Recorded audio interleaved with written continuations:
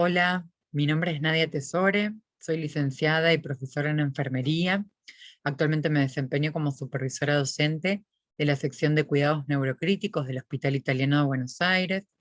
Soy docente en la Universidad Favaloro, tanto en la licenciatura en enfermería como en la especialidad en cuidados críticos, y soy speaker de la iniciativa Angels. Quiero agradecer, antes de empezar a dar la charla, a la doctora Marta Esnaola por tenerme nuevamente en cuenta a participar del evento del Día de la ACV. Para mí es un honor enorme estar aquí compartiendo mis conocimientos con ustedes. Y bueno, hoy vamos a hablar sobre justamente algo muy importante, que es el rol fundamental del manejo de enfermería en el paciente con ACV agudo. Voy a quitar la camarita para que puedan ver bien la presentación. Bien, ¿cuáles son los objetivos de esta charla? Vamos a primero hablar sobre los aspectos generales de esta patología. Vamos a hablar y aprender a qué procedimientos y acciones debemos hacer en el manejo inicial, qué acciones no pueden faltar en este momento, cuáles tienen prioridad, cuáles no. ¿Cuáles son los beneficios de la terapia aguda, ¿sí? De que el paciente reciba el tratamiento lo más pronto posible? ¿Y cuáles son también los cuidados previos, intra y post administración del trombolítico?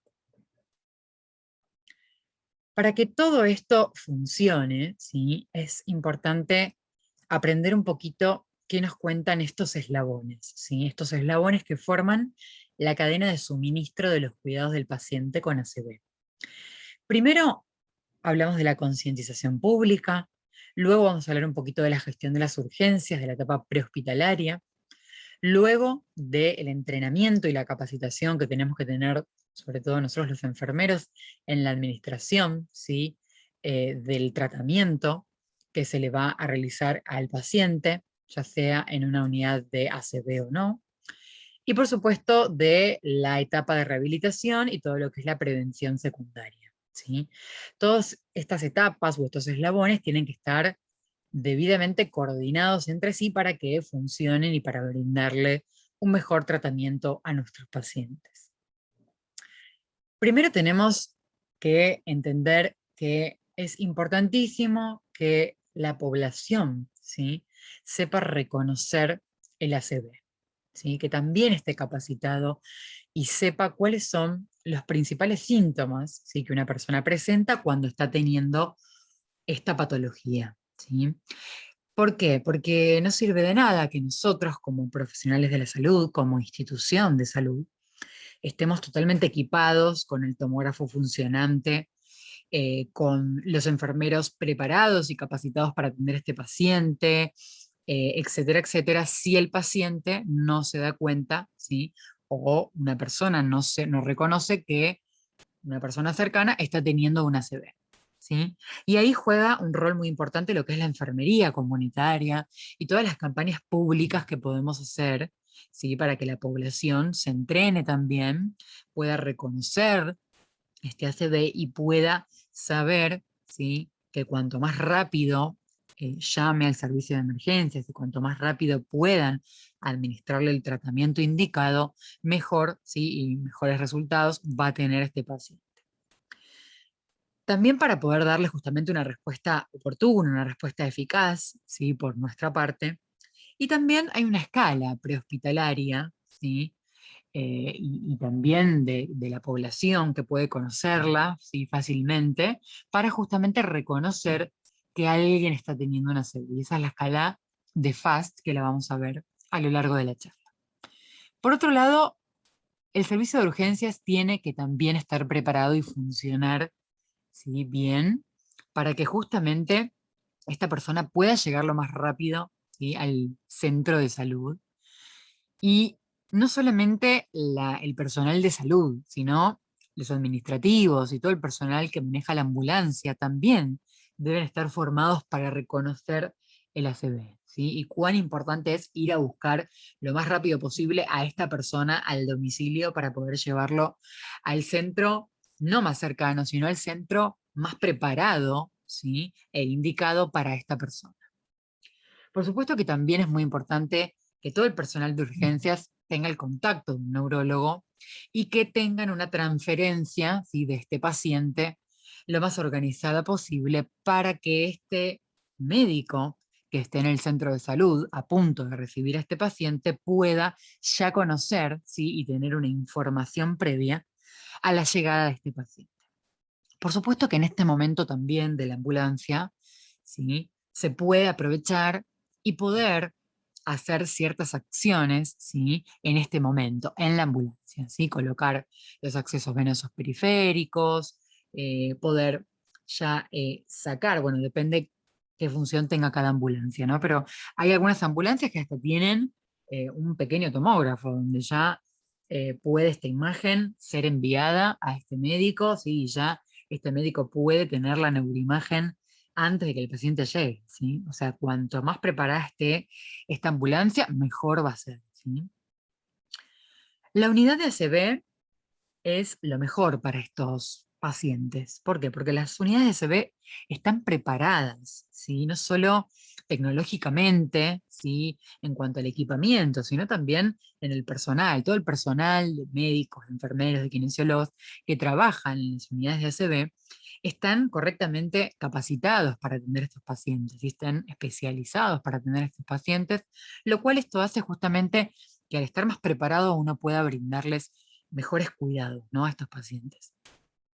Y acá hay un rol muy importante nuestro de enfermería. ¿Por qué? Porque nosotros somos los que más estamos al lado del paciente. Entonces, en este momento es cuando más vamos a vigilar, ¿sí?, neurológicamente al paciente. Vamos a poder utilizar escalas como la escala de Glasgow y la escala de NIH. Vamos en este momento a tener que tener, ¿sí?, una neuroimagen, una tomografía o una angiotomografía lo más pronto posible. Se van a tomar muestras de sangre para enviar lo más pronto posible y analizar estas muestras para poder justamente ver cómo están los parámetros, ¿sí?, de sangre en nuestros pacientes, para poder también ya saber un poco si es un ácido hemorrágico, un ácido isquémico y elegir el tratamiento. Y por supuesto, siempre y no olvidarse, evitar todas las complicaciones que puedan llegar a aparecer. Hay un proceso, ¿sí?, de alta en esta unidad, donde la idea es que la rehabilitación se comience lo más temprano posible, ¿sí? Poder conocer un poco, identificar los factores de riesgo de esta persona para poder justamente trabajar con ellos, ¿sí?, los factores de riesgo modificables y poder prevenir, ¿sí?, futuras enfermedades en estos pacientes. En el momento del proceso del cuidado de este paciente, también ya se va a ir organizando el traslado de esta persona, si lo llegara a necesitar, por supuesto, a un centro de rehabilitación o al domicilio, ¿sí?, con intervención domiciliaria. Y por supuesto, generar así un nuevo espacio, una nueva cama para otro paciente con ACV en la fase aguda. Vamos a introducirnos un poco en esta patología, en el accidente cerebrovascular, ¿sí? El ACV sabemos que se produce cuando el riego sanguíneo se interrumpe o se daña de manera brusca, ¿sí? Lo que sucede es que las células del cerebro, las neuronas, se van a ir quedando sin oxígeno y sin nutrientes y se va a producir la muerte celular, ¿sí? Existen dos tipos de ACV: el ACV isquémico, que es la oclusión trombótica o embólica, que es cuando el trombo se forma en otro órgano, ¿sí?, del organismo, como por ejemplo el corazón. Y ese émbolo, ¿sí?, ese trombo va a emigrar, va a circular hasta el cerebro y va a producir justamente esta oclusión de una arteria del cerebro. Dentro de lo que es el ACV isquémico está el AIT, ¿sí?, que es el ataque isquémico transitorio, que el AIT es justamente cuando el flujo de sangre se bloquea, pero durante un breve periodo de tiempo, ¿sí? Por lo general, durante una hora o menos, ¿sí?, generalmente menos de 15 minutos, el paciente presenta síntomas de ACV, pero en menos de ese tiempo los síntomas revierten, ¿sí?, desaparecen sin haber instaurado ningún tratamiento.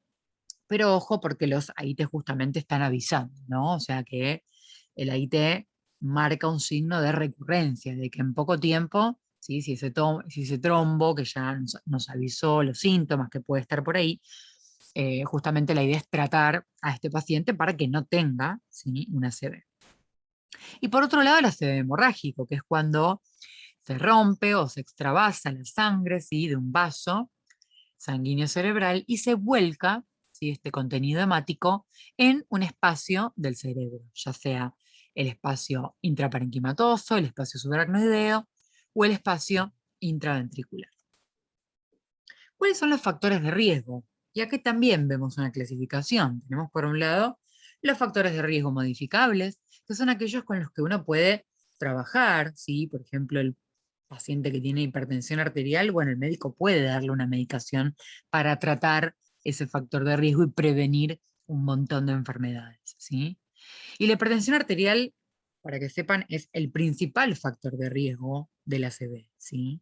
Como para tantas otras patologías cardiovasculares. Por otro lado, tenemos la diabetes, la fibrilación auricular, sí que es la arritmia más común y más frecuente en el ACV, y justamente la FA es la que provoca los ACV isquémicos de origen cardioembólico.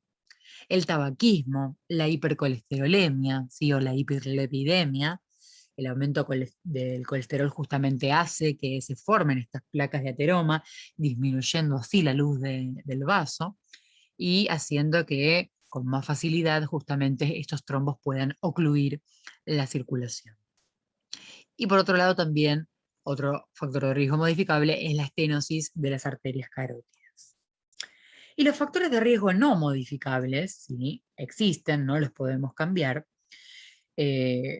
son la edad, ¿sí? Cuanto más grande nos ponemos, más riesgo tenemos de tener un ACV, ¿sí? A partir de los 55 años en adelante ya hay mayor riesgo.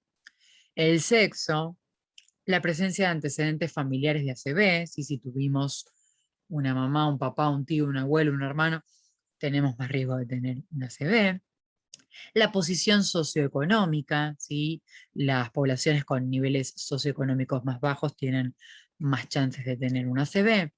Y el grupo étnico, ¿sí? La raza negra suele tener más ACV que la raza blanca. ¿Cuáles son las fases o las etapas del ACV? La primera etapa o la primera fase es la fase prehospitalaria, ¿sí?, que comienza desde el inicio de los síntomas hasta la llegada del paciente al hospital, ¿sí? Todo ese periodo lo vamos a llamar fase prehospitalaria, ¿sí?, que es esa etapa, ese eslabón que hablábamos de el reconocimiento por parte de la población del ACV, ¿sí?, y todo el manejo prehospitalario de ambulancias y demás. Una vez que el paciente llega a la puerta del centro de salud o del hospital, ¿sí?, y pasada la primera hora, la vamos a llamar fase hiperaguda, ¿sí? La fase aguda va a ser a partir de la primera hora en adelante, ¿sí?, hasta las primeras 24 horas después de la llegada de este paciente. Y por último, la fase número 4 se la llama la fase posaguda, que es desde las 24 horas, ¿sí?, desde que el paciente llegó, hasta las 72 horas desde el ingreso de este paciente. Hoy nos vamos a enfocar un poquito más en la fase hiperaguda y fase aguda. Bien, esta es la escala FAST, ¿sí? Es una escala prehospitalaria, una herramienta de evaluación que uno puede conocer, puede aprender fácilmente, ¿sí?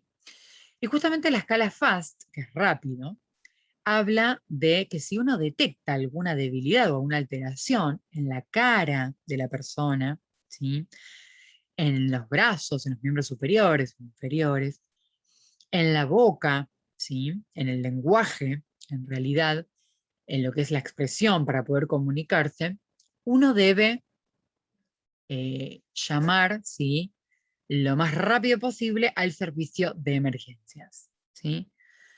Uno puede evaluar que la persona esté presentando uno o más, ¿sí?, de estos síntomas. Ya con uno es suficiente para que uno llame al servicio de emergencias, ¿sí? La F hace referencia a face, ¿sí?, en inglés, que es cara. Si uno llega a ver una simetría, ¿sí? O la caída de la comisura labial, ¿sí? De un lado, como vemos aquí en la imagen de esta persona, que vemos que se cae un poco el labio para abajo, ¿sí? Lo podemos ver también al pedirle al paciente que nos muestre los dientes o que sonría. Eso ya es una alteración, ¿sí? Por otro lado, la debilidad de los miembros superiores podemos comprobarla pidiéndole al paciente que eleve sus brazos, ¿sí? O simplemente con el hecho de una situación habitual, que es, por ejemplo, estar haciendo algo y ver que mi familiar, por ejemplo, empieza a tener esta debilidad en los brazos y se le caen, por ejemplo, los cubiertos, ¿sí? O lo mismo con las piernas, ¿no? Que tienen, sufren algunas caídas por empezar a tener esta debilidad en los miembros, ¿no? Eso nos tiene que llamar la atención. Y por otro lado, si empezamos a notar que el paciente tiene estas dificultades para poder expresarse, para poder hablar y lo empezamos a ver un poco confuso, ¿sí? Hablando, también es un signo, ¿sí? Un síntoma de que el paciente puede estar teniendo una ACV. Y el tiempo es cerebro, el tiempo corre, ¿sí? Ahora vamos, al final de la charla, vamos a entender por qué el tiempo es fundamental, ¿sí? En este momento. Bien, ¿por qué esto del tiempo? Porque si uno no logra la reperfusión, ¿sí? En un tiempo prudencial, lo que va a pasar es que las neuronas se van a morir, ¿sí? Y justamente lo que tenemos que nosotros evitar es que se sigan muriendo las neuronas que podemos salvar, ¿sí? Que son las que están localizadas en la zona o área de penumbra, ¿sí? Como vemos en esta imagen, este es el infarto, ¿sí? Donde ya estas células no pueden, es irreversible, no se pueden recuperar. Pero lo que intenta uno salvar es toda esta área que está alrededor del infarto, ¿sí? Si lo vemos en esta imagen, que tenemos varios cerebritos, podemos ver que lo rojo es el infarto y el área de penumbra es lo que lo rodea, ¿sí? Este, en color medio verde amarillento. Toda esa área, por supuesto que está hipoperfundida, ¿sí? Hay una cierta falta de oxígeno, por supuesto, porque está ocluido ese vaso que alimenta esa parte del cerebro, pero es justamente, si nosotros tratamos a este paciente rápido, ¿sí? Y logramos desobstruir esa arteria, hacemos que se restablezca el flujo y que justamente el oxígeno a través de la circulación sanguínea pueda llegar a esa área, ¿sí? Y evitar que a medida que va pasando el tiempo, esa área de penumbra se convierta en un gran infarto, ¿sí? Sepamos que cada 1 minuto que un paciente con ACV isquémico no es tratado, se pierden más de 2 millones de neuronas. Y para que todo esto suceda y funcione, tiene que haber un trabajo en equipo, ¿sí? No solo para un paciente con ACV, sino para cualquier paciente con cualquier patología. Es fundamental. Todos, ¿sí? Los que pertenecemos al equipo cumplimos un rol fundamental e importantísimo. Y no solo los que somos profesionales en el área de la salud, sino también la administrativa, el camillero, ¿sí? El técnico, todas las personas que van a influir en esta cadena así de cuidado tienen que saber que este paciente es un paciente, ¿sí? Con un posible ACV, que hay prioridad en este paciente y que el estudio para hacerse la tomografía va a ser uno de los primeros, ¿sí? Que a este paciente se lo hagamos. Por ende, el camillero sabe que este paciente es muy importante ir a buscarlo primero, ¿sí? Más que otros. Por eso todos debemos estar formados y preparados, ¿sí?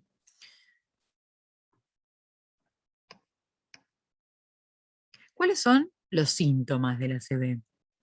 Los síntomas de la ACV van a depender, por supuesto, de la región, ¿sí? Cerebral que esté la lesión, ¿sí? Ya sea la isquemia o el hematoma.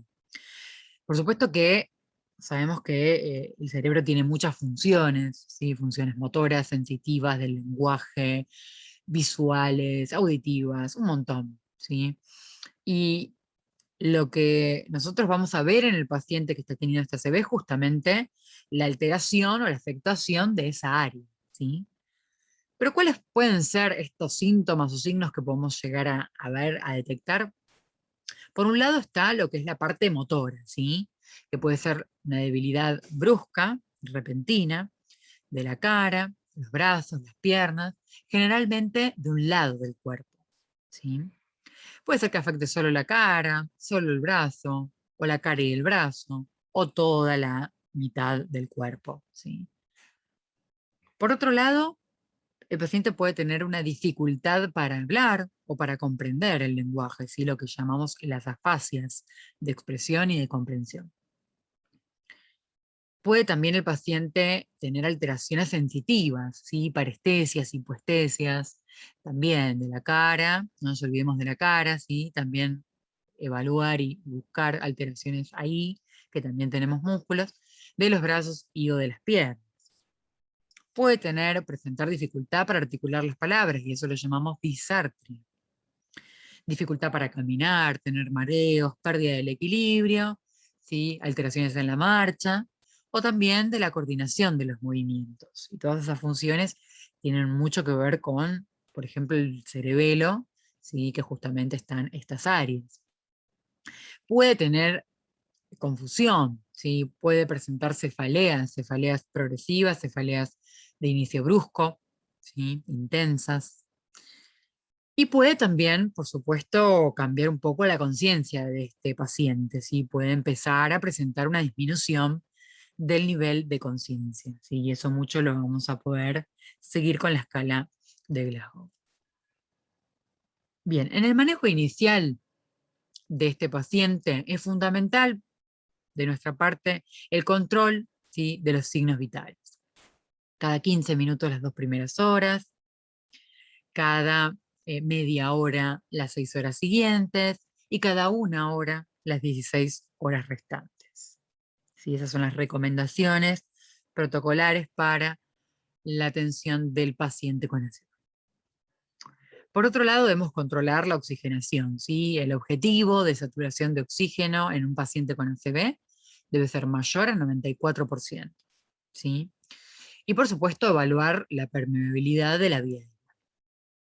Vamos a realizar exámenes neurológicos frecuentes, ¿sí?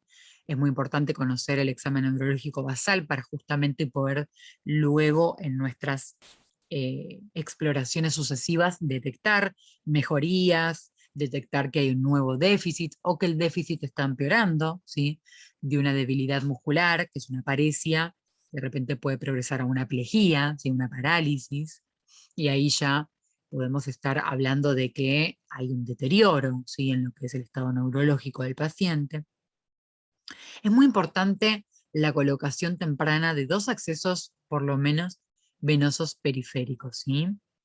Y aprovechar en este momento a tomar la muestra para las pruebas analíticas en el laboratorio. ¿Por qué 2 accesos venosos periféricos? Porque si este paciente llegara a recibir el trombolítico, tenemos que saber que el trombolítico lo vamos a administrar por vía exclusiva, ¿sí? Por vía única. Por ende, si necesito pasarle otra medicación, voy a tener que tener por lo menos 2 accesos. Vamos a realizar unas preguntas al paciente, vamos a hacer lo que llamamos una anamnesis, ¿sí? Sí o sí tenemos que saber cuándo han comenzado estos síntomas, ¿sí? Que a veces se desconocen, ¿sí? Pero si el paciente o el familiar o la persona que lo trajo puede referirnos, ¿sí? Con exactitud cuándo comenzaron los síntomas, es lo ideal, ¿sí? Para poder establecer un poco el periodo de ventana en el que estamos. Los antecedentes, ¿sí? La medicación habitual que toma, si es alérgico, por ejemplo, ¿no? Algún medicamento o no. Tener una neuroimagen, ¿sí? Una tomografía, por lo menos, ¿sí? Para tener la certeza, ¿sí? Ya de si llegar a ser un isquémico o un hemorrágico, ¿sí? Al descartar la presencia de sangrado, por ejemplo, ahí ya nos están avisando un poco la imagen de que puede llegar a ser un ACV isquémico. Debemos controlar la glucemia, ¿sí? Por punción digital, un hemoglucotest, tener el valor de una glucemia sí o sí antes de administrar el trombolítico, si fuera ese el tratamiento indicado, ¿sí? La glucemia nos va a poder avisar si este paciente, por ejemplo, está cursando o no una hipoglucemia. La hipoglucemia muchas veces se confunde, ¿sí? Con síntomas de ACV, entonces ya para descartar este diagnóstico diferencial ya de por sí eso es muy importante tenerlo en cuenta a la hora de tomar luego decisiones de tratamiento. Y por supuesto, evaluar en esta etapa la necesidad, si realmente, si el paciente requiere o no, la colocación de una sonda vesical o una sonda nasogástrica. ¿Sí? Los pacientes que están con un buen nivel de conciencia, con un buen sensorio, que no están ventilados, digamos. Bueno, no todos los pacientes van a requerir sí o sí la colocación de esta sonda, ¿sí? De hecho, es muy importante saber que si el paciente llegara a recibir trombolíticos, ¿sí? Es este el momento en la etapa inicial, en la etapa de llegada donde debemos colocarlo, ¿no? Porque una vez que administramos el trombolítico, un efecto adverso puede ser el sangrado, ¿sí? Si uno le genera algún tipo de traumatismo, de lesión al colocar la sonda, esto puede provocar un sangrado importante, ¿sí? Y generar una hemorragia que, por supuesto, va a ser negativa para el paciente en ese momento, ¿sí?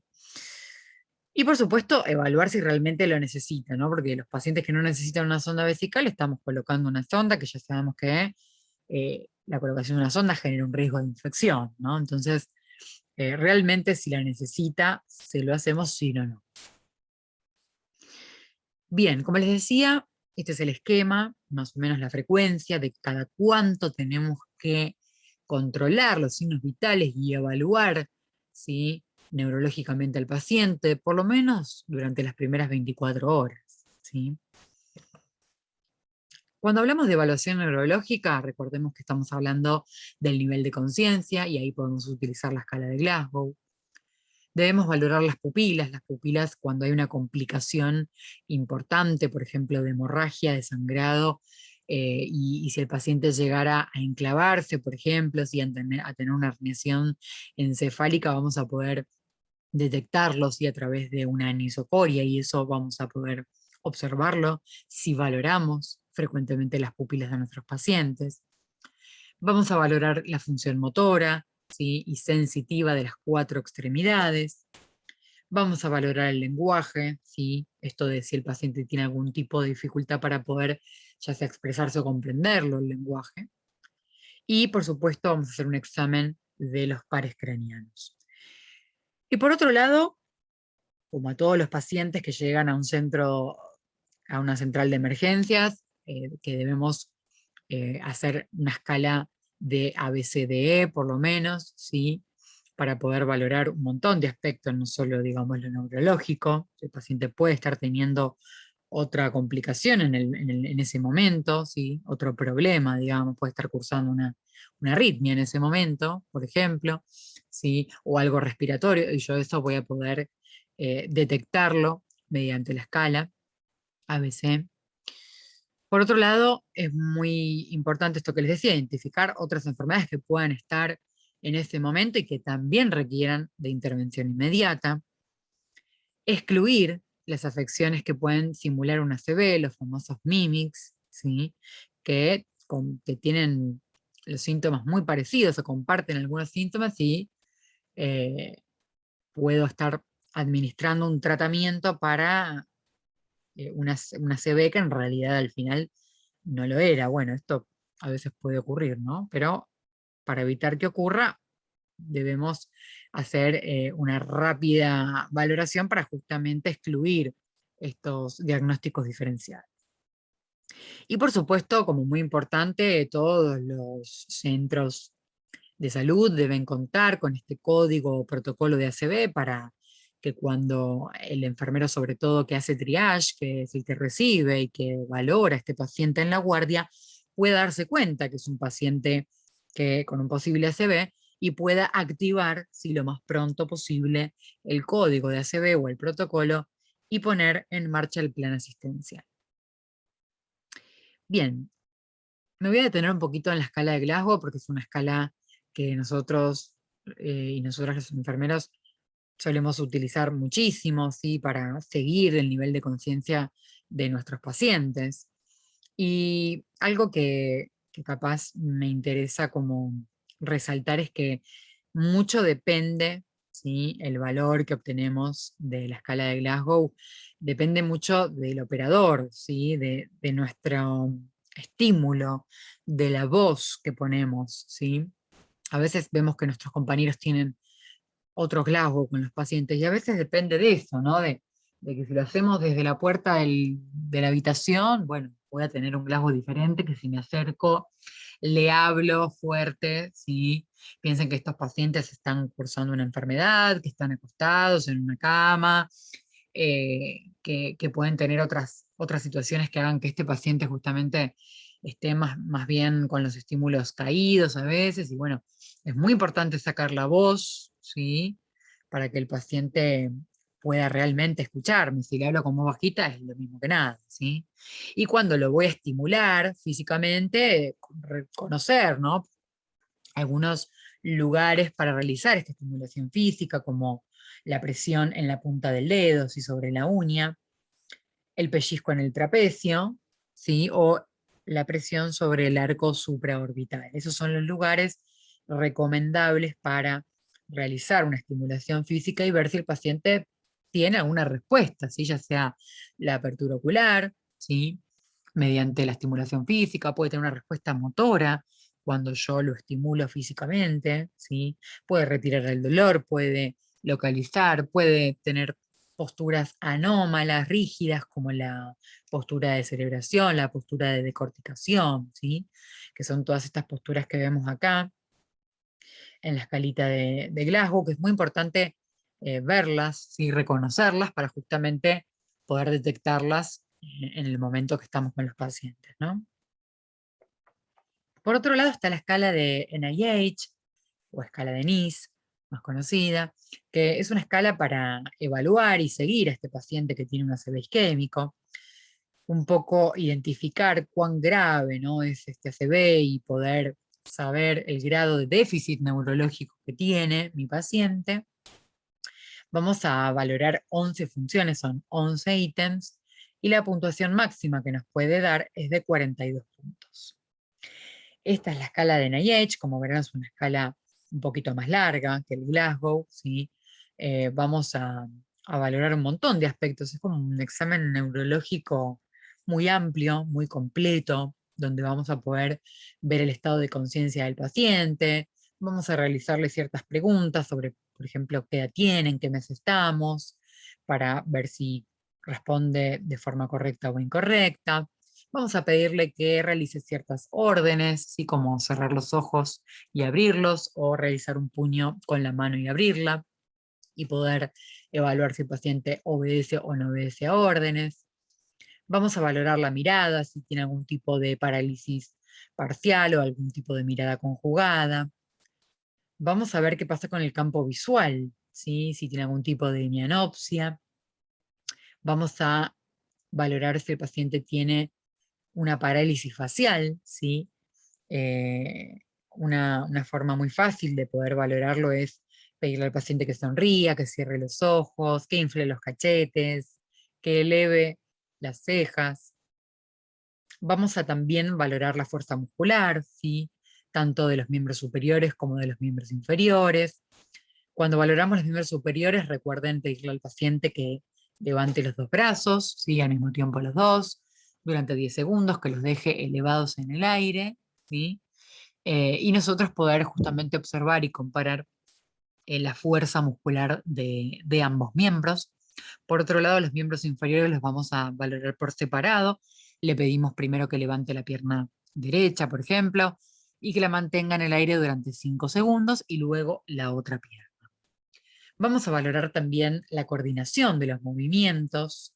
Vamos a ver la sensibilidad, si tiene algún tipo de parestesia o hipoestesia, si tiene algún tipo de afasia, si es leve, moderada, si tiene una afasia global, si tiene ambos tipos de afasia, ya sea una afasia de expresión más una afasia de comprensión, o puede tener mutismo, sin directamente no emitir ninguna palabra, ¿no?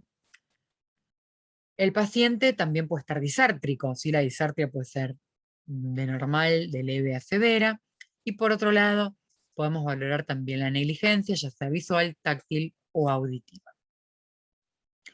¿Cuáles son los procedimientos diagnósticos que vamos a realizar con estos pacientes? ¿Sí? Bueno, tenemos por lo menos una tomografía, ¿sí? Que tener de cerebro, de encéfalo, para justamente descartar la presencia de hemorragia. Eso es lo que se busca, ¿no? Porque el infarto, la isquemia, cuando todavía es muy reciente, puede no verse, ¿sí? Pero si hay un sangrado, sí, por lo general uno puede ver la presencia de sangre, ¿sí?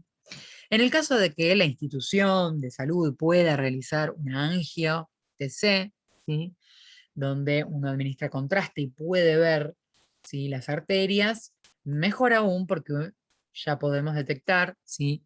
El stop, ¿sí? Lo que llamamos la detención, digamos, de flujo, cuando vemos que de repente no se llena de contraste ese vaso y ahí darnos cuenta de que está el coágulo, ¿sí? Ya podemos localizarnos un poquito más en qué arteria es donde está este trombo. Por otro lado está el laboratorio, ¿sí? El laboratorio que, eh, si bien la mayoría de las veces vamos a tener el laboratorio, para algunos pacientes que están al borde, con algunas ventanas de tratamiento con el trombolítico, puede no uno tener el laboratorio, ¿sí?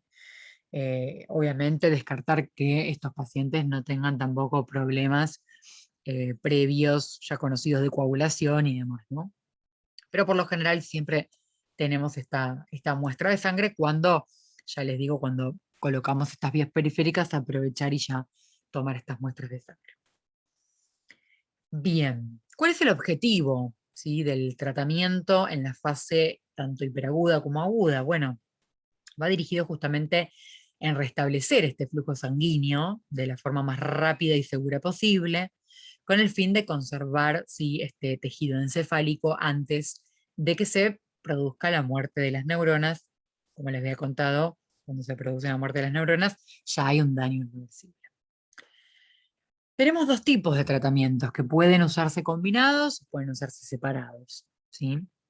A veces puede, por el tiempo que hace o por las condiciones o antecedentes, ¿sí? O criterios de inclusión o exclusión que tienen estos pacientes, puede no implementarse ninguna finalmente. Pero si el paciente llega a tiempo, si el paciente no tiene estos criterios de exclusión, bueno, puede recibir, por ejemplo, el tratamiento trombolítico con RTPA, ¿sí?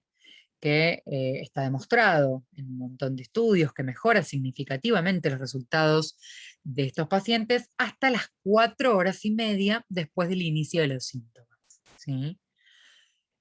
Por eso es muy importante conocer el inicio, ¿sí? El horario de cuando comenzaron los síntomas. Porque hasta las 4 horas y media puedo administrar el trombolítico, pero luego de las 4 horas y media en adelante, ya no. Hay algunos estudios ahora que están evaluando de extender un poquito más esta ventana, pero todavía nos quedamos en que hasta las 4 horas y media podemos administrar RTPA, ¿sí? Por supuesto, evaluando siempre los criterios de inclusión y exclusión. Y por otro lado tenemos otro tratamiento que es la trombectomía mecánica, que acá no estamos hablando de administrar una medicación como el trombolítico, sino de un tratamiento, ¿sí? Endovascular. Justamente se coloca un dispositivo que llega al lugar del trombo, ¿sí?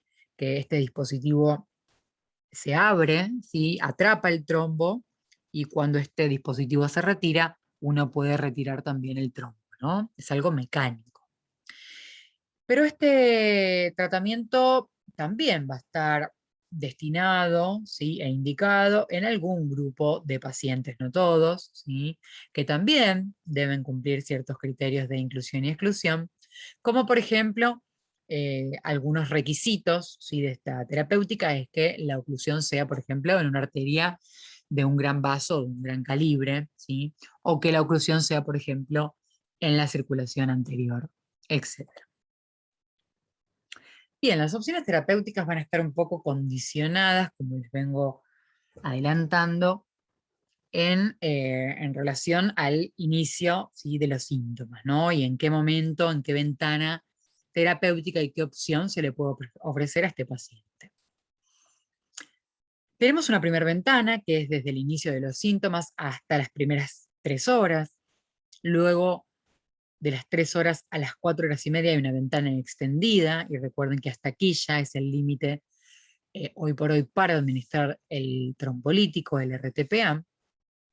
Y a partir de las 4 horas y media hasta las 6 tenemos otra ventana, ¿sí?, con posibilidad de administrar, en realidad realizar trombectomía mecánica, y otra ventana que es desde las 6 horas hasta las 24 horas, que es una ventana extendida para la trombectomía mecánica, con una ventana también intermedia de 16 horas, si no me equivoco, donde también uno puede, ¿sí?, para ciertos pacientes, por supuesto que a medida que va pasando el tiempo, van sumándose los criterios de exclusión para poder realizar trombectomía mecánica.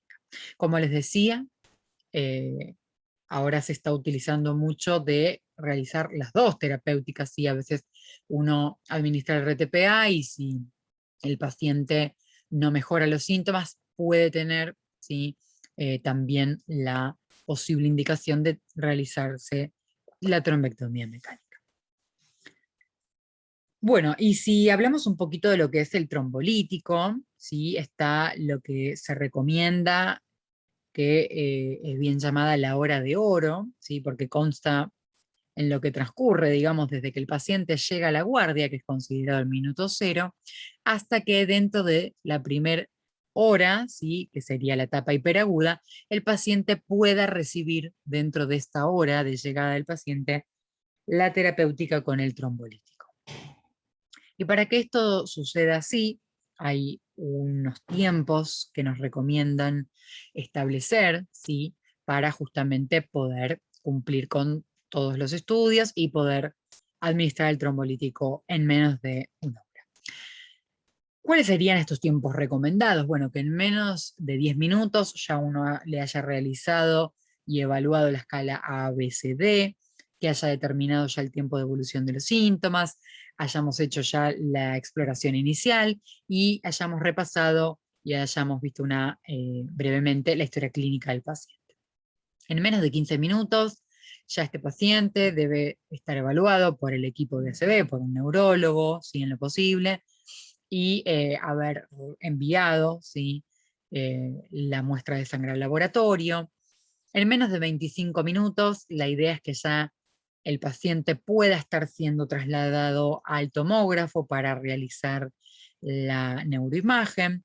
En menos de 45 minutos ya estén interpretados estos resultados de los estudios, ya sea de la tomografía como de las pruebas analíticas, y evaluar si el paciente es candidato o no al tratamiento trombolítico, ¿sí? Y en menos de 60 minutos a una hora ya haberle podido administrar el trombolítico. Si cuanto más rápido se lo podemos administrar, mejor va a ser. Si no es que porque lo puedo administrar hasta las 4 horas y media y el paciente hace 20 minutos empezó con los síntomas, bueno, me relajo porque tengo tiempo hasta las 4 horas. No. Cuanto más rápido lo podemos administrar, mejor va a ser.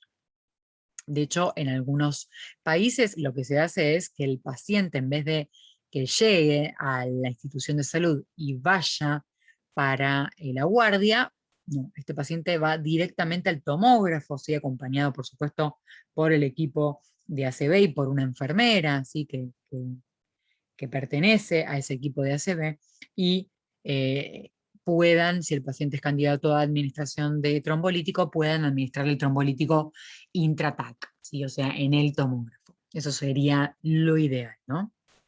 Y lo que tenemos que trabajar, digamos, y ver qué posibilidades hay de hacerlo en nuestros centros, ¿sí? Bien, en cuanto a la administración del fármaco, y acá nosotros cumplimos un rol bastante protagonista, porque somos los que muchas veces preparamos esta medicación y la administramos, por ende tenemos que saber cuál es la dosis, ¿sí? Y la dosis va a depender mucho también del peso del paciente, ¿sí? Si no tenemos el peso certero, bueno, el estimativo, ¿sí? ¿Cuál es la dosis? Tenemos que administrar 0,9 miligramos por kilo de peso. La dosis total, ¿sí?, la vamos a dividir en un 10%, ese 10% lo vamos a administrar en bolo endovenoso, ¿sí?, más o menos entre 5 minutos a 10, lento, ¿sí? Y el 90% restante lo vamos a administrar en una bomba de infusión continua durante una hora, ¿sí? Tenemos que saber que la dosis máxima es de 90 miligramos, o sea que si el paciente pesa, por ejemplo, 130 kilos y la cuenta me da más de 90 miligramos, la dosis total para ese paciente va a ser 90 miligramos. ¿Sí? Nunca se puede administrar más que esa dosis. Y recordemos que va a ser una vía única, si no puedo estar administrando el trombolítico junto con otra medicación. ¿Sí? Esta medicación suele venir en 2 frascos, ¿sí? Ampollas. Un frasquito tiene el soluto, el otro frasquito tiene el solvente, o sea, no hace falta agregar solución fisiológica para diluir esta medicación, porque ya viene la medicación así preparada. Se va a conectar un frasco ampolla con otro a través de una cánula de transferencia, ¿sí? Y voy a mezclar, ¿sí? Entonces se va a mezclar el soluto con el solvente y se va a empezar a diluir la medicación. Bueno, me interesa un poquito profundizar en cómo hacer las cuentas para poder justamente sacar el 10% y el 90% y demás. Y lo bueno y lo fácil de todo esto es que es una simple regla de 3 simples, como lo dice en la regla. ¿Sí? Sabemos que para 1 kilo administramos 0,9 miligramos. Para, por ejemplo, un paciente que pesa 90 kilos, X. Y entonces lo que debo hacer es el peso del paciente por 0,9. ¿Sí? Eso me va a dar en este ejemplo una dosis total de 81 miligramos, ¿sí? Que me van a quedar concentrados en 81 mililitros, ¿sí? ¿Por qué? Porque los frascos de ampolla traen 50 mililitros y 50 miligramos. Entonces, si yo los diluyo, ¿sí? Para este paciente, por ejemplo, necesitaría más de un frasco de ampolla.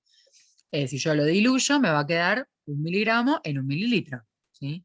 Entonces, si tengo que administrarle 81 miligramos, voy a tener que administrarle como dosis total 81 mililitros, ¿sí? Pero no se lo puedo administrar todo de golpe, ¿no? Habíamos dicho que un 10% lo vamos a administrar en bolo, ¿sí? ¿Y el 10% cuánto es de la dosis total? Es fácil, siempre acá hay una coma invisible, ¿no? Corremos la coma para adelante. Entonces me queda 8,1. No hace falta ni usar la calculadora. ¿Sí? 8,1, o sea, 8,1 mililitros, es lo que yo voy a administrar en bolo lento. Y el 90% restante, ¿cuánto va a ser? Le tengo que restar, ¿sí? El 10% a la dosis total. O sea que 81 menos 8,1 me da 72,9. Y ese es el 90%, ¿sí? Restante. Recuerden que esto es muy importante administrarlo a través de una bomba de difusión continua. Y a través del mismo frasco ampolla, si no hace falta trasladar esta medicación a otro Baxter, ¿sí? Desde el mismo frasco ampolla. Hay ciertas listas de comprobación, ¿sí? Y ciertas reglitas, ¿sí? Que vamos a encontrar en la página de la iniciativa Angels, que nos ayuda muchísimo para tener en nuestros servicios, ¿sí? Para imprimirlo, están en PDF, uno las puede imprimir y tenerlas en el servicio para que fácilmente ya sepamos que si el paciente pesa tanto, la dosis total es tanto, el 10% es esto y el 90% es esto, ¿sí? Acá ya ni hace falta hacer la cuenta, ya está todo estipulado, ya las hicieron otros por nosotros. Así que, como verán, es muy importante que nosotros sepamos bien cómo se administra este trombolítico, ¿sí? Es muy importante el manejo y el control de la presión arterial mientras administramos, no solo mientras, sino en la parte previa, ¿sí? En la parte posterior. El control de la presión arterial, ¿sí? Porque sabemos que este trombolítico lo que va a hacer es disolver el coágulo, ¿no? Pero para disolver el coágulo va a licuar la sangre, ¿sí? Entonces, si este paciente está muy hipertenso, la presión está más de 185 a 110 milímetros de mercurio, puede generarle algún tipo de hemorragia, de sangrado, ¿no? Ya sea intra o extracraneal. Entonces, debemos mantener una presión arterial por debajo de 185 a 110, ¿sí? Milímetros de mercurio.